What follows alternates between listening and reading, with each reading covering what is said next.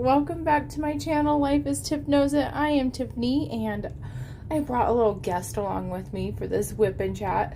This is Drober, if you're going with his full name, his full name's Drober Bruce Cooper, or DB Cooper, and he's going to be joining us today as I do my Wip and Chat, huh, buddy? Yeah, I'm trying to spend a little bit more time with my guinea pigs. He is one of 4 that I own. I am going to shift the camera down to here and kind of zoom in on the section that I'm going to be completing today. But I wanted to make sure you knew that I am not alone today. I'm bringing Drober with me. I mentioned Drober last time. He is such a character. I think sometimes Drober thinks that he is a dog and not a guinea pig. In the best of ways. He's extremely, he's giving me a look right now. Personable, not shy at all. We'll just climb in your lap, hang out. He is an older guy. Drober is about to turn 7, which in guinea pig years, I mean, he's a senior citizen for sure. And I love him dearly. I thought since I have him out today, I would give the story of how we got Drober. So there actually is a guinea pig rescue in the Denver area. Actually, I don't think it's actually, oh my goodness. It's not operating anymore, but it used to. And I always thought I need to get guinea pigs from there. They're the guinea pigs that need rescued. And I was in PetSmart one day with my husband Bill, and we saw Drober. And he had been returned because he did not get along with any other guinea pigs, which broke my heart. He had been at that location for months after he was returned, and he was like 50% off because everybody was like worried about taking him in. Oh my gosh, I just have to show you one more time his face. Taking this cute face in. I can't believe that because he didn't get along with other guinea pigs.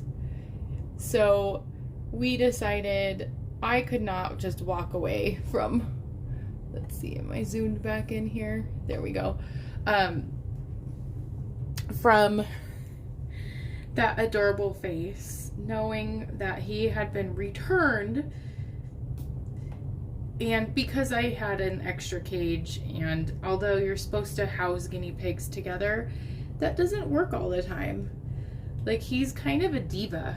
He's all about being the center of attention and just cannot handle other male guinea pigs. He's always been that way.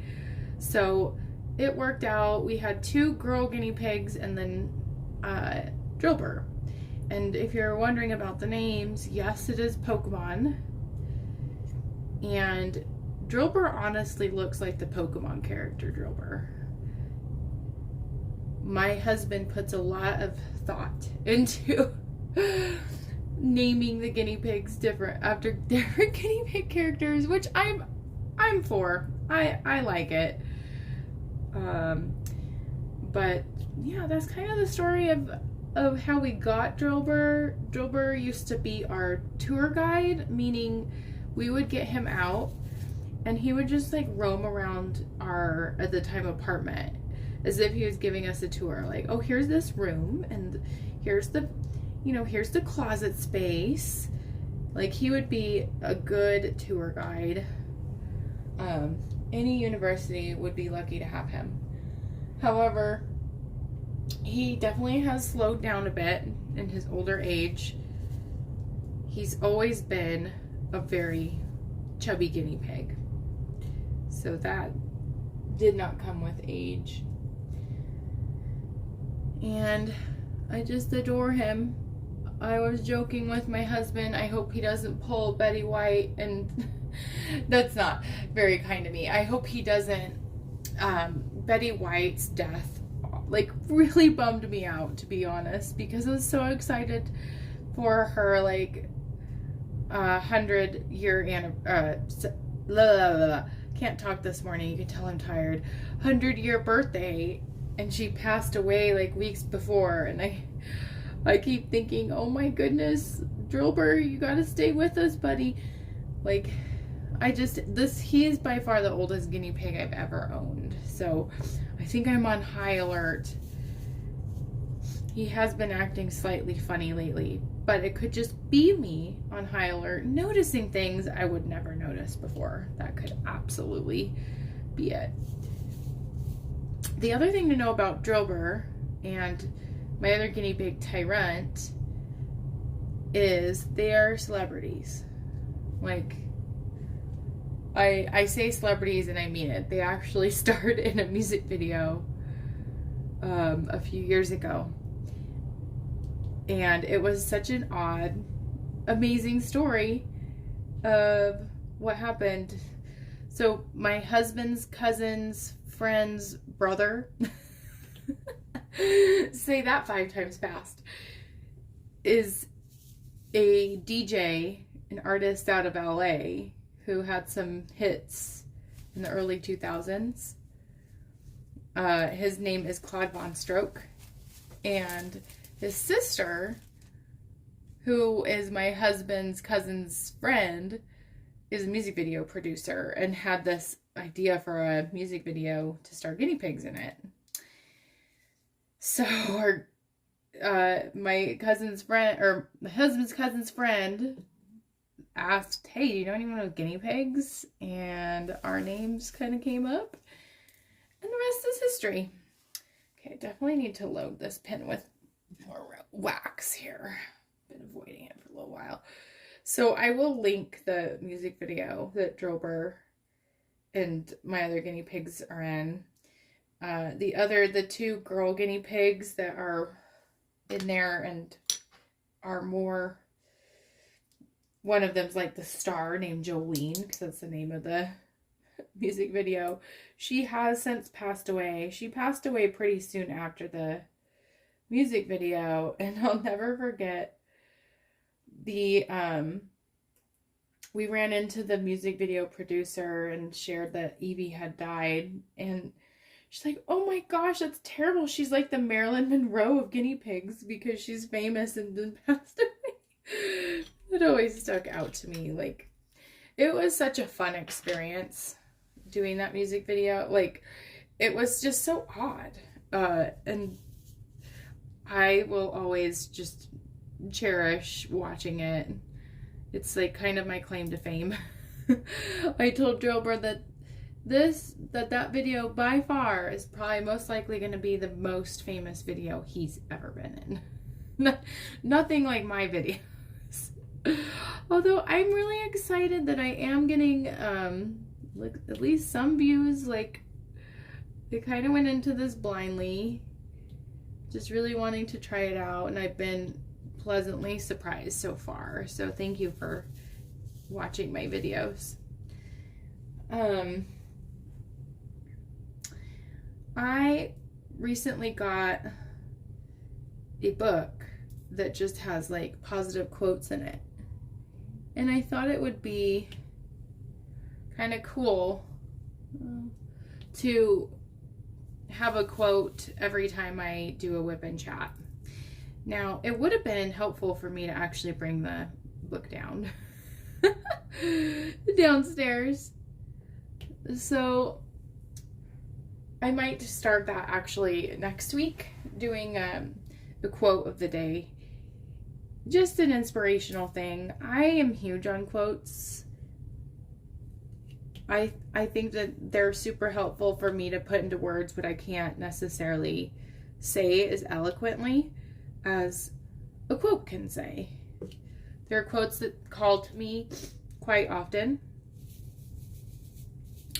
And yeah, so I think I'm going to start doing that. It's going to be kind of to center myself and just to share positivity.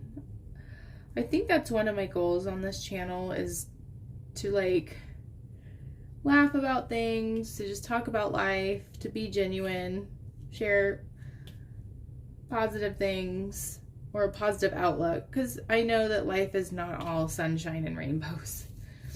It's not. I wish it was. I'm sure we all do. Maybe a unicorn here and there. That'd be great.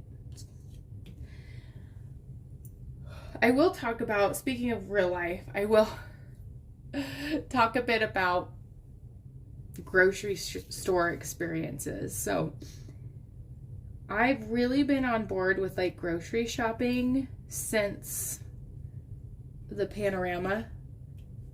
Or the pandemic. I'm going to call it the panorama because that sounds funner. I feel that that seems so long ago. Back in the day when we were on lockdown, it was like, I felt that there was such an emphasis on grocery shopping. It became like this big deal thing. Like, when are we going? Will there be things in stock? And I think that sentiment of like emphasizing grocery shopping has stuck with me. And I like using like cashback apps and couponing. I totally would love to sometime make some videos about couponing and my experience with rebate apps. But I have been the primary grocery shopper, since COVID hit. And so in those experiences, there's been a lot of like awkward, unfortunate events. Nothing like terrible, but I don't know. I feel like in everyday life there always seems, you can always kind of make it fun, or you can talk about things. Okay, so my camera on my phone just completely stopped recording, and I didn't realize it. So you're gonna see I made a little bit more progress with the camera off, but I was talking about awkward things at the grocery store, and I think we all have those moments. Like, I've done things like yesterday, my big thing was there was a coupon that wasn't scanning, and so I could tell that the cashier was kind of slightly annoyed. She had a line forming, and then at the same time the bagger was trying to like fit all the groceries underneath the stroller that I bought, because I'm so fortunate I live close to a grocery store, and when the weather's good, when the trip I need to take is not too terribly big, I will totally just take Denise in a stroller with me. But that proves to be like kind of an awkward experience when there's actually a bagger available, and I like to try to put the groceries underneath. So Denise was like singing this crazy song, and the bagger was like kneeled right by her, and she like did like something really silly. She just like kind of poked his head like while she was singing this crazy song. So I felt like I was like, they were kind of like, oh, thank goodness that lady's out of the store now. And then, have you ever been on a grocery shopping trip and you go for a certain purpose? Like, you have a certain recipe in mind, you're like there for a certain reason, you buy all of the ingredients for the recipe that you need, and then the last ingredient you have to buy, you realize they don't have. What do you do in that instance? Do you put all of that stuff back, or do you just keep it because it would be awkward to put it all back? Like produce, like you can't put produce back.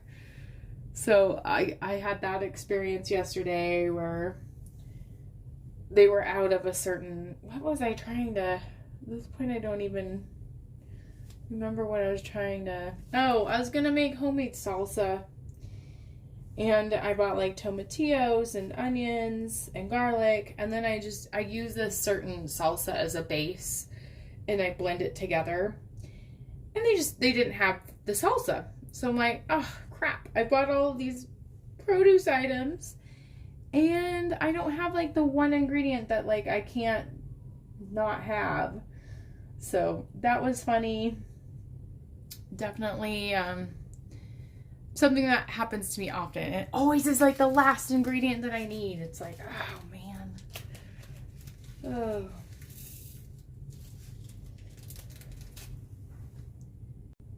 Okay, filming this Wip and Chat has proved to be very challenging this morning. I had to take another little break for a minute there. So anyway, I was talking about grocery store shenanigans.